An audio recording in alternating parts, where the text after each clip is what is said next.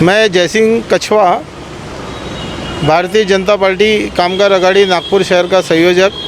आज lease bill के विरोध में बीजेपी का जगह जगह पर आंदोलन चल रहा है, क्या भूमिका है आपकी? वर्तमान में जो राज्य की स्थिति है और आज जो गरीब जो व्यक्ति है जिसके पास जीवन यापन करने के लिए किसी प्रकार की कोई सामग्री नहीं है,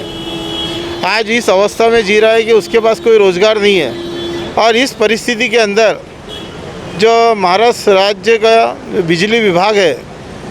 उनके द्वारा जो इस प्रकार का जो अनाप शनाप जो बिल लोगों को भेजा गया है, तो आज लोगों के सामने एक प्रश्न चिन्ह खड़ा है कि हम इस प्रकार का बिजली बिल का भुगतान कैसे करें। क्योंकि चाहे वो सरकारी कर्मचारी हो, चाहे वो व्यापारी वर्ग हो, चाहे वो मजदूर वर्ग हो, हर वर्ग में एक चिंता की, एक उनके माथे पे चिंता की एक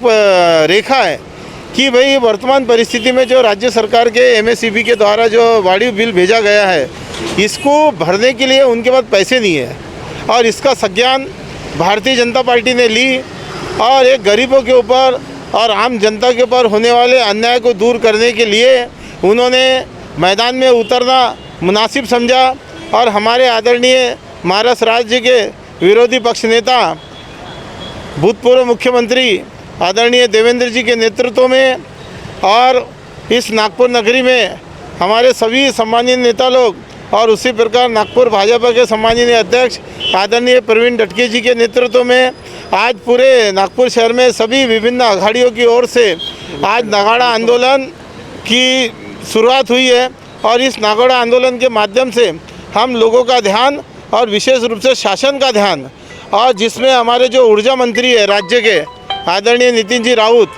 इनका ध्यान आकर्षित करने के दृष्टिकोण से आज ये कामगार आघाड़ी की ओर से ये नागाड़ा आंदोलन का यहाँ पे आयोजन किया गया है। और इस आंदोलन में हमारे भारतीय जनता पार्टी नागपुर शहर के सम्मानीय उपाध्यक्ष धर्मेंद्र जी देशमुख, जो हमारे कामगार आघाड़ी के पालक भी है, ये भी यहाँ पे विशेष रूप से उपस्थित है। और आज हम यही चाहते हैं,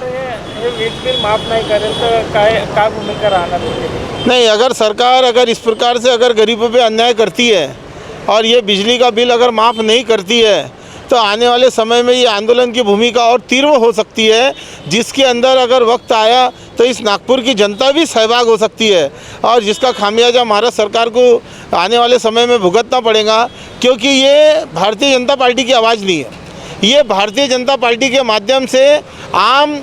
जनता की आवाज़ है। और जो सरकार आम जनता की आवाज़ नहीं सुनती है, निश्चित रूप से उसका परिणाम उस सरकार को भुगतना पड़ता है, यही मैं जानता हूं। और अगर सरकार ने इसके ऊपर अगर दखल नहीं लेती है तो आने वाले समय में ये आंदोलन बहुत ही तीव्र रूप से होगा और पूरे राज्य के अंदर और किस परिस्थिति में आंदोलन होगा ये तो हमारा वरिष्ठ नेतृत्व तय करेगा। लेकिन इतना ज़रूर मैं आपको बताता हूँ कि अगर सरकार ने इसको संज्ञान नहीं लिया और ये बिजली बिल माफ़ नहीं किया, जो 100 यूनिट जो कोविड-19 के चलते हुए हर महीने में 100 यूनिट की जो मांग है कि हर महीने में 100 यूनिट का बिजली बिल माफ़ होना चाहिए, इसके ऊपर अगर सरकार ने सकारात्मक रवैया नहीं अपनाई तो निश्चित रूप से पक्ष की ओर से और तीव्र आंदोलन किया जाएगा, ये मैं आपको आश्वस्त करता हूँ।